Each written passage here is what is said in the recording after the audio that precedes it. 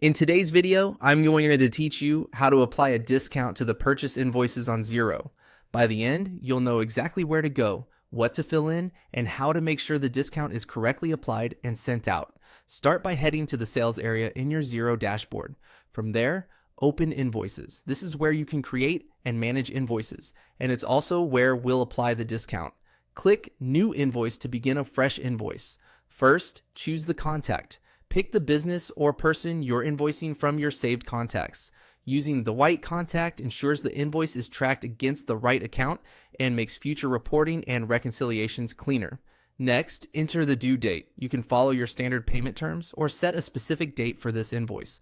Clear due dates help avoid confusion and encourage timely payment, and Xero will use this date to flag anything that's overdue.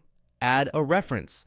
This could be a purchase order number, a project code, or a short note that helps you and your recipient identify what this invoice relates to. Good references make searches and audit reviews much easier later on. Now add your line items. In the item field, select the product or service you're billing for. Xero will pull in the description, unit price, and account if they're saved, which speeds things up and keeps your coding consistent. To apply the discount, move to the disk. Column on the same line. Type the discount value and the symbol, for example, 10%.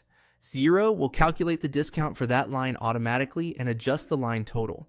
If you have multiple items and only some should be discounted, enter a value in the disk field for those lines and leave the rest as 0. Take a moment to confirm that any tax settings on the line are still correct after the discount is applied, and review the subtotal and total at the bottom to make sure everything looks right. When you're happy with the details, choose Approve and Email. Approving finalizes the invoice so it can be sent and recorded properly. A pre-filled email window will appear, and you can customize the message if you'd like.